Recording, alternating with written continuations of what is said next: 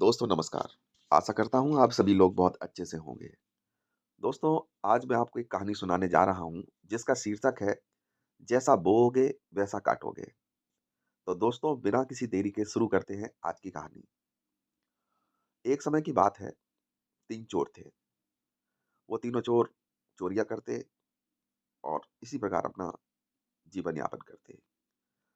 एक बार उन 3 चोरों ने एक सूने घर में धावा बोला और उस घर में चोरी की।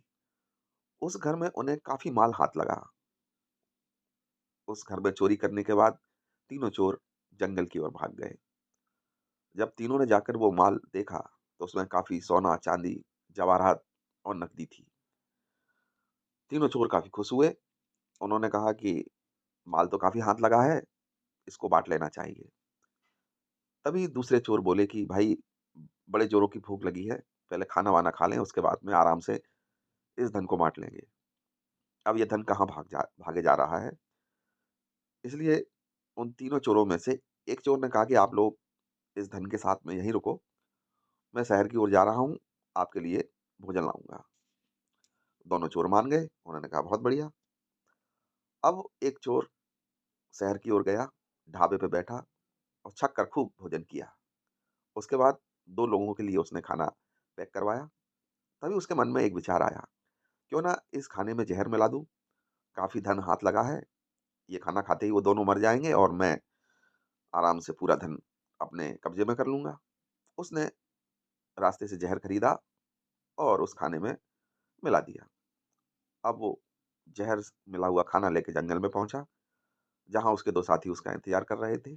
इसी बीच उसके 2 साथी जो थे जंगल में, उन्होंने विचार किया कि भाई, ये धन है, अगर इसके 2 ही हिस्से किए जाएँ और जो हमारा साथी शहर गया है खाना लेने, उसको हम मार देते हैं। आपस में हम दोनों ही अ, धन बाँट लेंगे।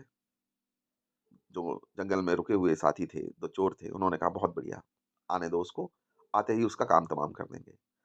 अब इधर शहर से खाना लेके पहला चोर जैसे ही जंगल में पहुँचता है, उसके साथी उस पर टूट पड़ते हैं और चाकुओं से गोद कर उसकी हत्या कर देते हैं और वो चोर मर जाता है। अब दोनों जने कहते हैं कि भाई, ये तो मर गया, ये क्या लाया है देखते हैं, तो खाना था। बोले चलो पहले खाना खा लेते हैं, उसके बाद में आराम से दोनों जने माल बाँटेंगे। और दोनों जने खाना खाने के लिए बैठ जाते हैं। जैसे ही खाना खाने के लिए बैठते हैं और खाना खाते हैं, थोड़ी देर में वो दोनों भी तड़प-तड़प के मर जाते हैं, क्योंकि उस खाने में तो ज़हर मिला था।